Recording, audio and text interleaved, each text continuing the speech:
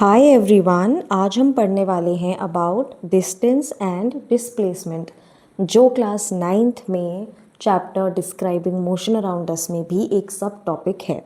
तो देखो, डिस्टेंस और डिस्प्लेसमेंट दोनों ही पाथ लेंथ होता है, बट इनका डेफिनेशन अलग होता है। ठीक है, डिस्टेंस और डिस्प्लेसमेंट में क्या डिफरेंस होता है ये हम अभी पढ़ेंगे। देखो, डिस्टेंस होता है मेरा एक्चुअल पाथ लेंथ या फिर total length of the entire root.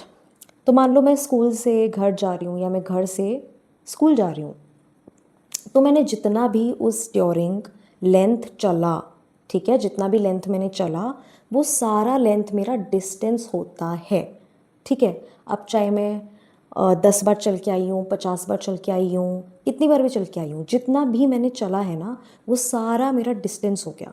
जब आप आपके फ़ोन में मतलब एक वो ऐप होता है ना जिसमें आप अपना वॉक काउंट मेंटेन करते हो, आप देखते हो कि आप एक दिन में कितना चले, तो वो जितना भी डिस्टेंस आता है कि इतना स्टेप्स आपने कवर किए, तो वो सारा डिस्टेंस है ना।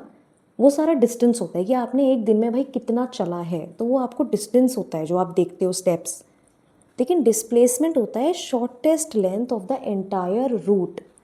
ठीक है, डिस्टेंस जो है वो एक स्केलर क्वांटिटी है, यानी इसका सिर्फ मैग्नीट्यूड है, इसकी कोई डायरेक्शन नहीं होती है। लेकिन डिस्प्लेसमेंट जो है वो एक वेक्टर क्वांटिटी है, इसका मैग्नीट्यूड भी है और इसका डायरेक्शन भी है। डायरेक्शन जैसे नॉर्थ, साउथ, वेस्ट, ईस्ट, ऐसे।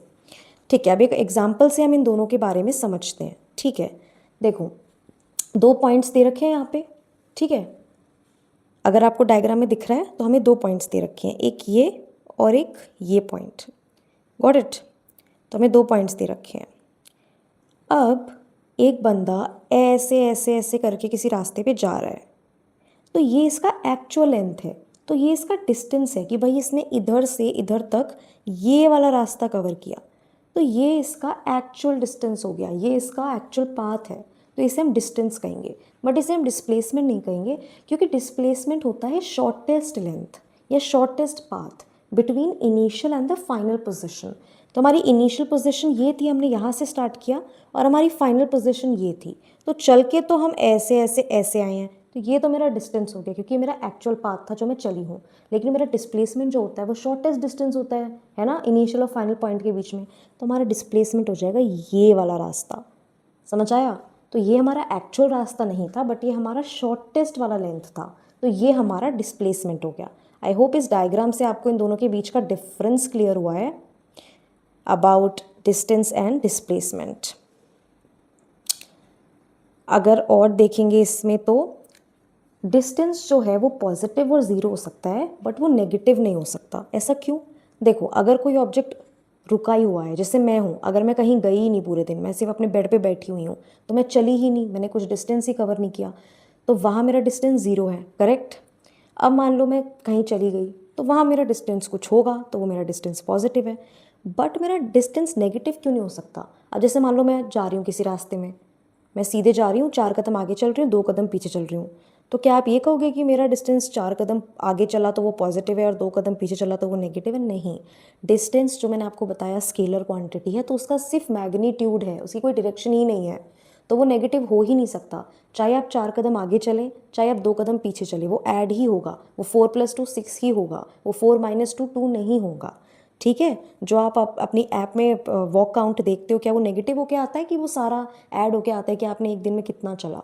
सारा ऐड होके आते हैं ना, चाहे आप 4 कदम आगे चलो, चाहे 5 कदम पीछे चलो, तो वो डिस्टेंस होता है। डिस्टेंस का सिंपल ही मीनिंग ये है कि मैंने कितनी चला है, टोटल एक्चुअल पाथ मेरा कितना है, तो वो नेगेटिव हो ही नहीं सकता, क्योंकि वो ऐड ही होगा, क्योंकि मैं कितना चल रही हूँ, चाहे मैं 4 कदम आगे चलूँ, लेफ्ट चलूँ, राइट चलूँ, वो सब ऐड होगा, स्केलर क्वांटिटी है।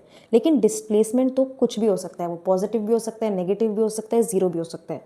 देखो, ज़ीरो तो इस केस में हो सकता है कि अगर कोई कहीं गया ही नहीं है ना, तो उधर तो कुछ है ही नहीं, लेंथ ही कुछ कवर नहीं किया, तो वो तो ज़ीरो है। पॉजिटिव और नेगेटिव कैसे हो सकता है डिस्प्लेसमेंट? देखो, एज डिस्प्लेसमेंट जो है हमारा वेक्टर क्वांटिटी है, तो इसकी मैग्नीट्यूड और डायरेक्शन दोनों होगी।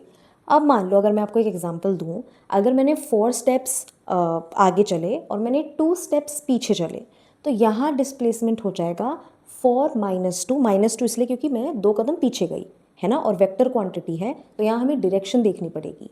तो इसलिए यहाँ डिस्प्लेसमेंट 4 - 2 = +2, तो इधर तो पॉजिटिव है।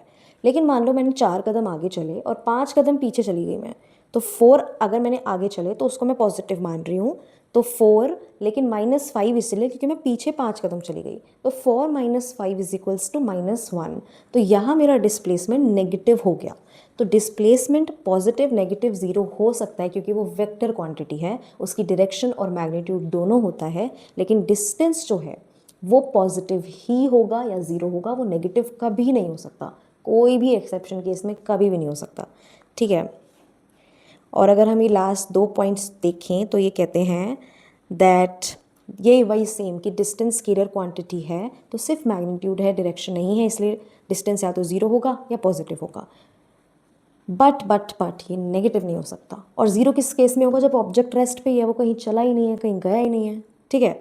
आई होप आपको डिस्टेंस और डिस्प्लेसमेंट का कन्फ्यूजन क्लियर हुआ होगा और अब आपको इस टॉपिक में कोई डाउट नहीं होगा। स्टिल इफ़ आपको कुछ पूछना हो आप कमेंट कर सकते हैं। Thank you so much.